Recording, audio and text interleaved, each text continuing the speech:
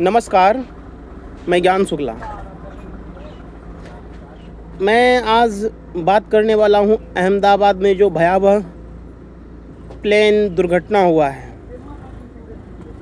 आपको बता दें कि कल 12 तारीख जून महीना 2025 को अहमदाबाद से लंदन के लिए एयर इंडिया की फ़्लाइट 241 सवारी को लेकर उड़ी।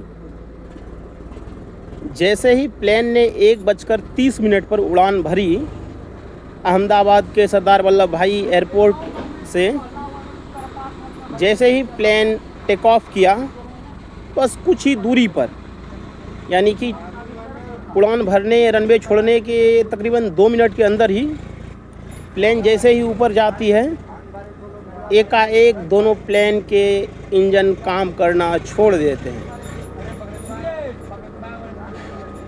उस फ्लाइट में जो भी क्रू मेंबर थे उन्होंने तुरंत ही कंट्रोल रूम से संपर्क किया, लेकिन समय इतना कम था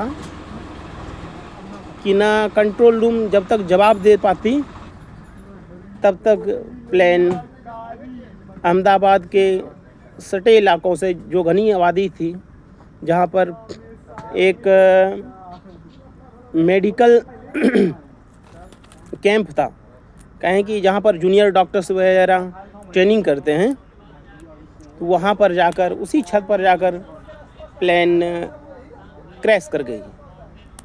गनीमत ये रही कि वहाँ पर ज़्यादा भीड़ भाड़ नहीं था। हालांकि कम से कम अनुमान के मुताबिक 40 से 50 डॉक्टर उस समय वहाँ पर लंच का टाइम था तो खाना खाने आए थे, लेकिन होने को और कुछ ही मंजूर था।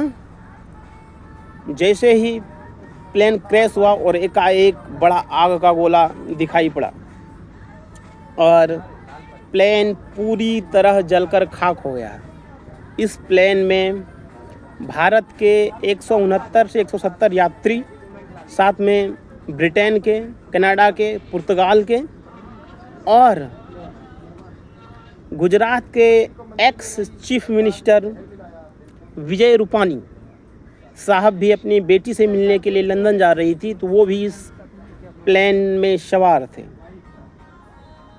जब तक एनडीआरएफ की टीम और आसपास के लोग वहाँ पर पहुँचे और आग पर काबू किया गया, तब तक सब कुछ जलकर ख़त्म हो चुकी थी। तुरंत ही मौके पर भारत सरकार के गृह मंत्री अमित शाह, साथ ही गुजरात के जितने भी सीनियर ऑफिसर, गुजरात के चीफ मिनिस्टर, गृह मंत्री गुजरात के, सभी मौके पर पहुँचे और आग को काबू किया गया, लेकिन तब तक सब कुछ खत्म हो चुकी थी। इस पर गहरा दुख व्यक्त किया है हमारे देश के माननीय प्रधानमंत्री श्री नरेंद्र मोदी जी ने। दोनों के परिवार आपस में और हुए थे तो शादी में जैसा होता है। इस घटना पर शोक संपत्ति जाहिर की हमारे देश के प्रधानमंत्री नरेंद्र मोदी ने। साथ ही इस घटना से पूरे देश के जो भी ट्रेवल करने वाले हैं प्लेन से, सभी गम में डूबे हुए हैं।